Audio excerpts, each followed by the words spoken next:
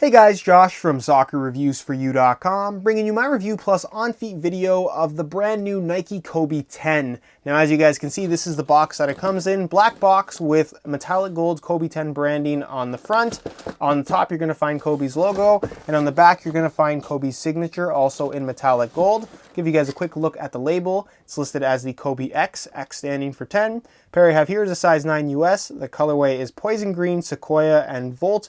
And the retail price in Canadian dollars is $230. This is a Canadian pair, whereas the retail price in the US is $180. Inside the box, all you get are the shoes themselves. For those that want to see the paper, it's white paper with gold Kobe logos. So we'll get this box out of the way, and we'll take a closer look at the Vino colorway, as Nike calls it, of the Kobe 10. Now this colorway isn't actually out yet. It comes out this weekend, I believe. I could be wrong. I picked them up locally, was able to take them home a couple of days early, which I'm pretty happy about.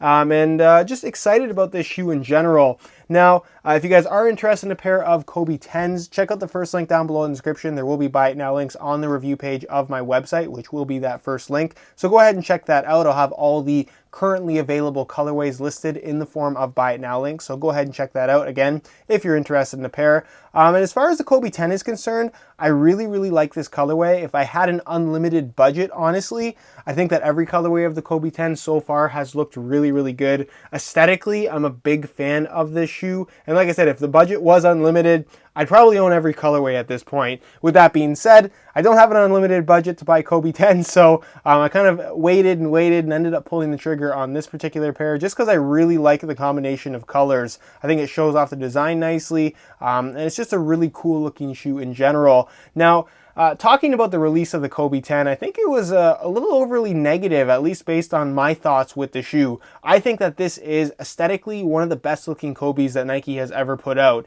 The 8 was nice, the 7 was okay, the 9 was obviously very well received as well, but I personally just prefer how these things look. Now, the price tag is a little bit steep in my opinion at $180 US, especially considering that it is essentially just a Hyperfuse upper. If it was Flyknit, I'm not sure that too many people would be arguing that price. Obviously, we do see the Flyknit variation coming with the Elite model, but that's not a low, that's a much higher cut shoe. Nonetheless, though, I think that the actual Hyperfuse upper that they've used on here, while performance-wise, I don't think it's probably the best choice. I think that aesthetically, I just really like how it looks. I have no complaints regarding the appearance of this shoe whatsoever, but I'd be curious to hear your opinions down below in the comment section. Do you like this shoe? Do you not like this shoe? Why or why not? Because for me personally, I think it's just a really good looking shoe. So the combination of colors on this particular shoe is Poison Green, Sequoia, as well as Volt Yellow, which is also, all three of those colors are listed on the box. So the upper is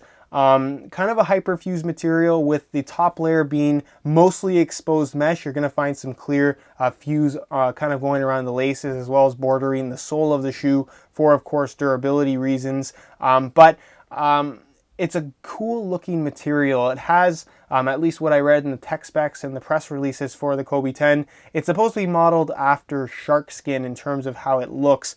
And while I can't really justify or say whether or not this does look like shark skin, I will say that I think it looks pretty cool. And it feels really nice in person. It's relatively stiff and it does have that kind of plasticky feel to it, but that's to be expected with a Fuse upper. But nonetheless, I think it's pretty cool. And you also really don't notice in person that there's a transition in the color. Hopefully you guys can see this pretty clearly on camera.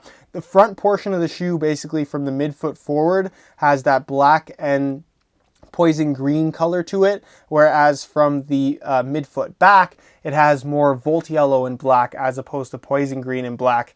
It just gives it a slightly different look. You can see that you do have a seam right here on the medial side of the shoe, so it isn't entirely one piece, and it is kind of an awkward place to put a seam, in my opinion. I wish they would have covered it up a little bit better, but nonetheless, that is how they did it.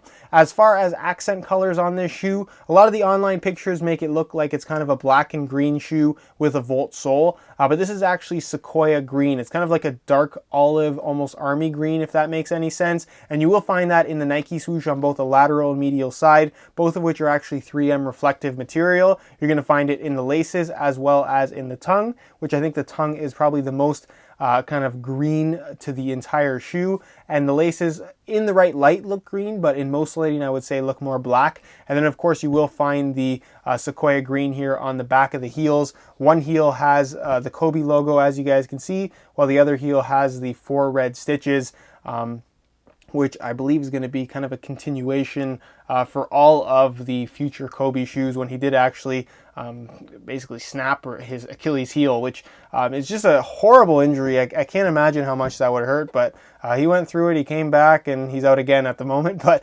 nonetheless, I think his shoe looks pretty cool. I'm pretty happy with it. The tongue, as you guys can see, is pretty much solid Sequoia green. You will have a bit of Volt yellow underlay here, with kind of some ventilation built in on the bottom half of the tongue. The top half features Kobe's signature in Volt yellow, and what is supposed to be laser cut pieces right here at the top of the tongue in the form of the Kobe logo again, which I think is a pretty cool little detail there. The heel liner, as you guys can see, is poison green. It's like a light green color. The insole is technically non-removable, but you do have the Kobe logo right there. It's kind of green on green, so a little bit difficult to see, but it is in fact there. And the underside of the tongue has kind of a digital snakeskin-like pattern.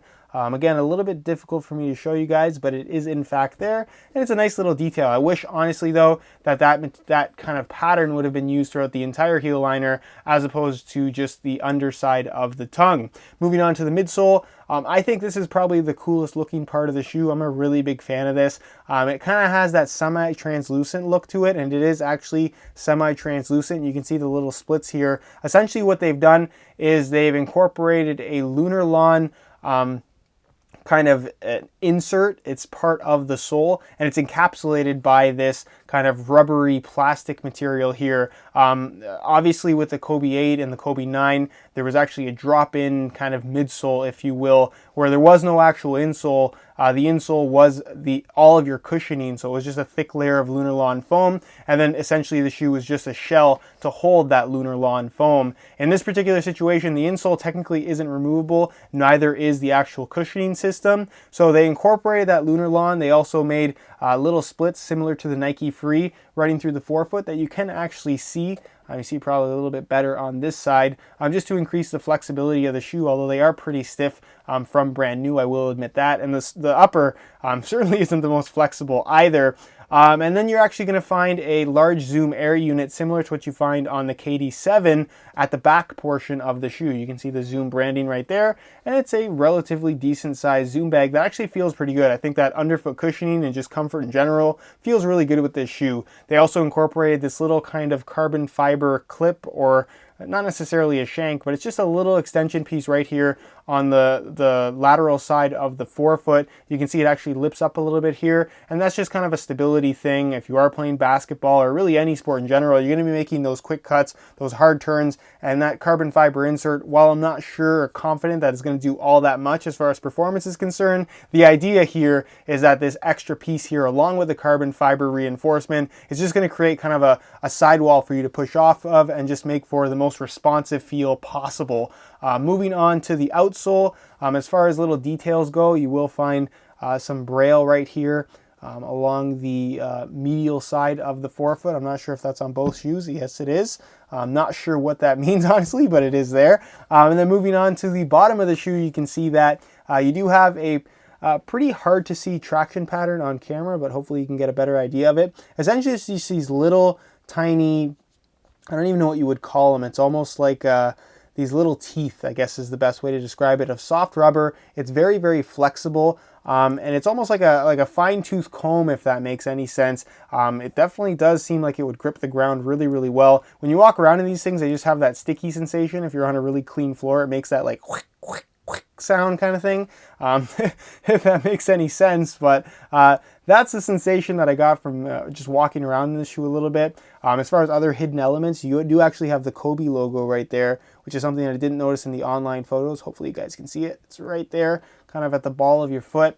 Then you will find that the zoom unit here is kind of visible through everything, which is kind of cool. It's got gold on the underside. I'm assuming that's some kind of plastic cap for this actual Kobe 10 logo. So it's an X, and then you do have Kobe's signature in black right there in the middle. So pretty cool shoe overall. Really, really like how they look. They feel pretty good on feet. And that's pretty much it as far as an overview is concerned. We'll move on next to the on feet portion of the video so we can get a better idea as to how these shoes look, and of course what the sizing is like. All right, so here's a quick look at the Kobe 10s on feet with a pair of pants. Right out of the box, they feel really, really good. There's a good amount of cushion from the sole. Obviously, it's Lunarlon, and you do have the Zoom Air in the heel, which isn't quite as noticeable on this model in comparison to something like the KD7, in my opinion. But I'm sure that may change after some wear time in these things. That generally is the case with a lot of Nike's cushioning systems. They just take some break-in time.